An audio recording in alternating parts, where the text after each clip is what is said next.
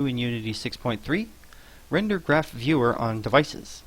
You can now connect the Render Graph Viewer to player builds running on devices, including mobile and XR platforms. This gives you real-time visibility into render graph execution on actual hardware, so you can optimize performance.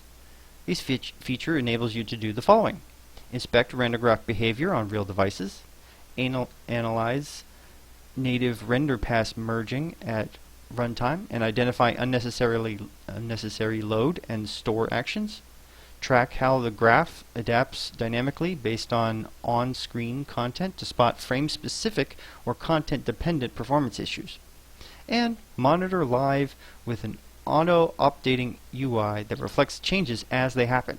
You can pause updates manually or rely on automatic pauses if the device disconnects. This feature is especially useful for optimizing GPU bandwidth and performance on untethered XR devices like the MetaQuest 3. For more information, refer to Analyze a Render Graph and Render Graph Viewer reference. And that was the Render Graph Viewer on Devices section of Unity 6.3.